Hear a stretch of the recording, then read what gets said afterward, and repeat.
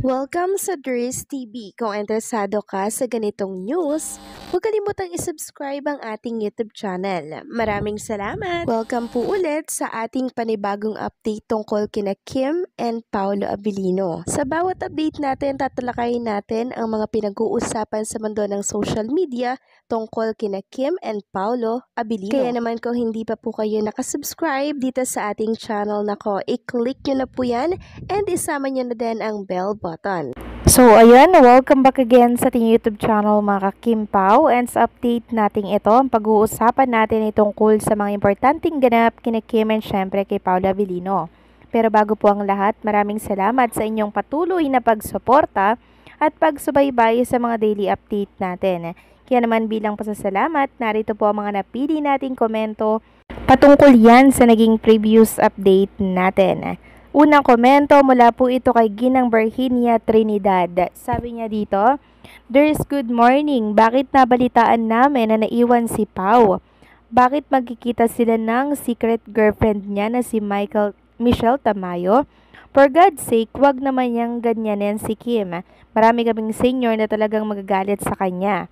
Napaiwan siya sa London, bakit kawawa naman si Kim? Lolokohin niya si Kim, please. Sana hindi totoo itong kumakalat na balita about Miss Tamayo." Saan ba nagagaling itong mga fake news na kumakalat sa mundo ng social media? Bakit panay Michelle Tamayo sila mga kakimpaw? Ako na po yung nagsasabi, wala pong katotohanan ito. Sino bang source, sino bang nagpapakalat ng maling balita na to tungkol kay Michelle Tamayo? Wala pong sila mga kakimpaw. Kaya please lang, ayoko na po sanang makabasa nito or makarinig dito sa mundo ng social media or dito po sa mismong update natin. Kasi nung nakaraan ko pa po ito nilinaw na walang katotohanan yan. Okay? Kasi masyado na pong nakaka-stress yung mga balitang ganyan, lalo't wala naman pong katotohanan. Paano na po yung mga seniors na lagi pong nakaabang at nakasubaybay kay Kim and Paolo Abilino? Pag nabasa to, syempre may stress sila, di ba?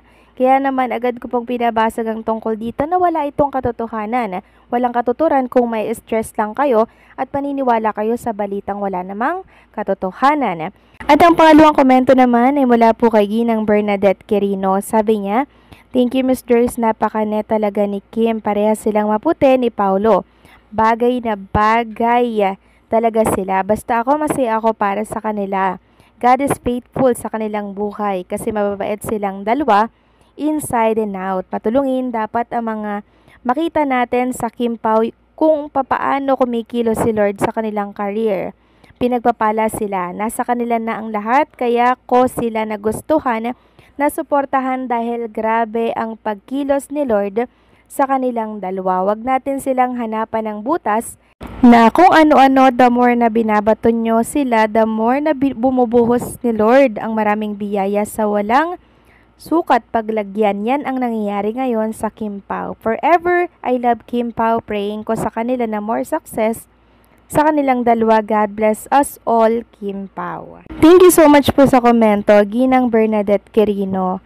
Very well said po. Agree ako sa inyong sinabi na pag talaga mabuti ang isang personalidad, mga kakimpaw, talaga naman pong pinagpapala, 'di ba? Yung nasa itaas na po talaga yung kumikilos para, alam niyo yun, maghimala at ibigay yung deserve para po sa kanila. Napakamatalungin po ni Kim and Paolo Abilino.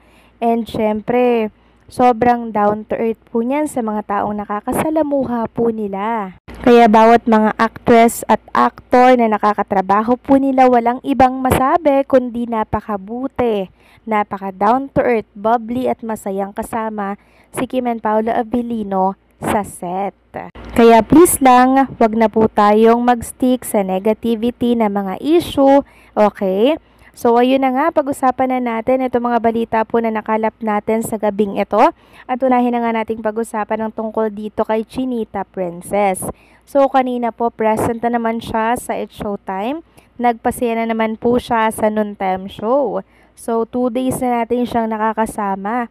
Grabe, no? Talagang sinunod-sunod at sinulit niya po yung pag-appear niya sa It's Showtime. Kasi sa mga susunod na linggo, mga kakimpaw, ay paniguradong abala na naman po si Chinita Princess para po yan sa lock and taping dito po sa Cebu. Although wala pa naman pong date, pero until wala pang date mga kakimpaw, talaga naman pong inaaraw-araw niya ang pagpapasaya dito sa It's Showtime kasi namimiss na rin po siya ng mga seniors natin na lagi pong nag-aabang sa It's Showtime every noon time. Samantalang kanina naman mga kakimpaw, inilabas po ni Chinita Princess ang videos mula sa London na kung saan nag-jogging po sila.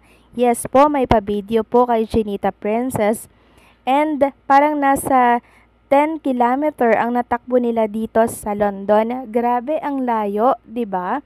And meron itong caption na 10 km of silence, thoughts and gratitude. Sometimes the run gives you more than just distance. It gives you clarity at the most scenic view and it's pure perfection. So habang tumatakbo po itong si Chinita Princess, naka-video po siya mga kakimpaw. At eto ngayon yung pinag-uusapan sa mundo ng social media. Yung effort na ginawa kay Chinita Princess habang siya po ay tumatakbo, nakukuhanan talaga si Kim Chiu at nakapokus talaga sa kanya yung camera. So, sinong kasama ni Chinita Princess? Walang iba kundi po si Paula Avellino. Paano napatunayan yan? Mamaya pag-uusapan natin yan, okay? So, nagugat po kasi yan mga kakimpaw sa isang party po ng video na kung saan nakita nga dito yung sapatos po ni Paolo Avellino na color green. Ito po mga kakimpaw, ayan. Yan po yung sapatos ni Paolo Avellino. Nagbibideo siya habang tumatakbo. Sobrang effort po, di ba? So, ayan po yung green na sapatos na kung saan ay suot-suot din po ni Paolo Avellino sa London. At eto nga po yung ina sa mga komento ng Kim Pao fans. So, grabe effort ng videographer na yan. Sabi pa ng isa dito sa post sa X, "Tell me without revealing that Paolo was the one who ran with me." Sabi pa ng isa dito, "Date someone who is a home and an adventure all at once. To Kim and Pao, please don't stop making memories together because I love you too. #KimPao." So, hindi man po ni-reveal ni Chinita Princess mga Kim Pao yung kasama niya dito na nagbi-video, pero nabuking naman po dahil sa shoes na suot-suot ng videographer habang ito ay tumatakbo. So, grabing effort po ang ginagawa ni Paula Avellino kay Chinita Princess, 'di ba? Tapos may mga kumakalat na balita na may sikretong girlfriend daw si Paula Avellino. Dito pa lang mga kakimpaw, basag na po yung mga fake news na nagsisilabasan sa mundo ng social media. So muli na namang pinatunayan ng isang Paula Avellino ang kanyang pagmamahal sa nag-iisang Chinita Princess. So anong say nyo dito mga kakimpaw? Please comment down below.